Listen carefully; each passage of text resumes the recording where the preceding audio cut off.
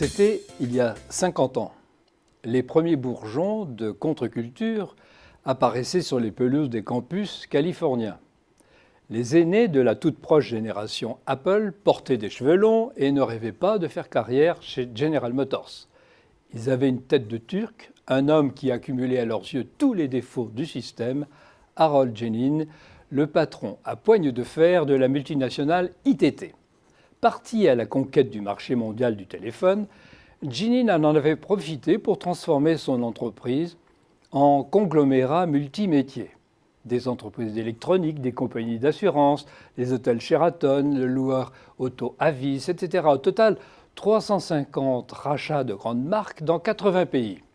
À la tête de l'empire, un autocrate qui passait sa vie en avion, en bloquant sa montre à l'heure de New York, un solitaire qui transmettait ses décrets de manager universel à une centaine de proconsuls en chemise blanche et qui annotait personnellement chaque mois 2500 pages de reporting.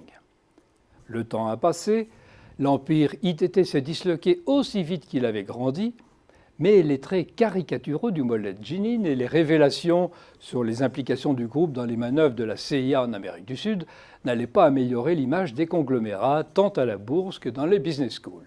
Une image qui est restée constamment négative, à de rares exceptions près, comme celle de la réussite évidente de General Electric sous le règne de Jack Welch dans les années 80-90. Mais sinon, les investisseurs, les analystes, les auteurs de manuels de stratégie, personne n'a cessé d'opposer les vertus des pure players aux vices cachés des coalitions multimétiers. Les lourdeurs et les compromissions des colosses d'Asie, d'Amérique latine, les confortaient dans leur opinion. Cette période est en train de s'achever.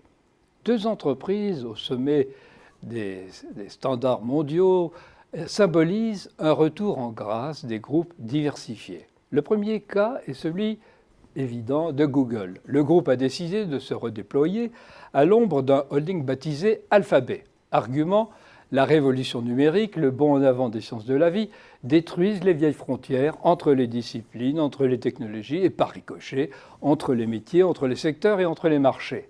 Alphabet regroupe des entreprises opérant dans l'information, les loisirs, la santé, les transports, etc. Dans quelques années, de nouvelles frontières redessineront la géographie du business à reprendre. De nouvelles stratégies verront le jour. Le conglomérat est un modèle adapté aux périodes de grande transition sectorielle. Deuxième cas, celui de Berkshire Hathaway, le holding de l'investisseur Warren Buffett. Au fil de multiples rachats d'entreprises dans des secteurs traditionnels, ce qui avait été longtemps perçu comme une simple addition de bons placements financiers prend peu à peu l'allure d'un conglomérat d'entreprises soumises à une même et stricte discipline stratégique et organisationnelle. Berkshire Hathaway réussit avec quelques dizaines de salariés à fédérer ce que Harold Genin ne parvenait pas à maîtriser avec ses méthodes intrusives. Google et Berkshire Hathaway ne sont que les têtes d'affiche de deux mouvements beaucoup plus larges, entamés aux États-Unis dans l'univers GAFA et en Europe dans l'immense gisement des entreprises non cotées. Dans les périodes de transition, le non coté, c'est là où ça se passe. Une jeune génération d'industriels pragmatiques, indépendants des fonds et des sociétés de capital risque testent des couplages inédits de fonctions, de métiers, de simples et médiocres outils de partage des risques financiers de l'entreprise.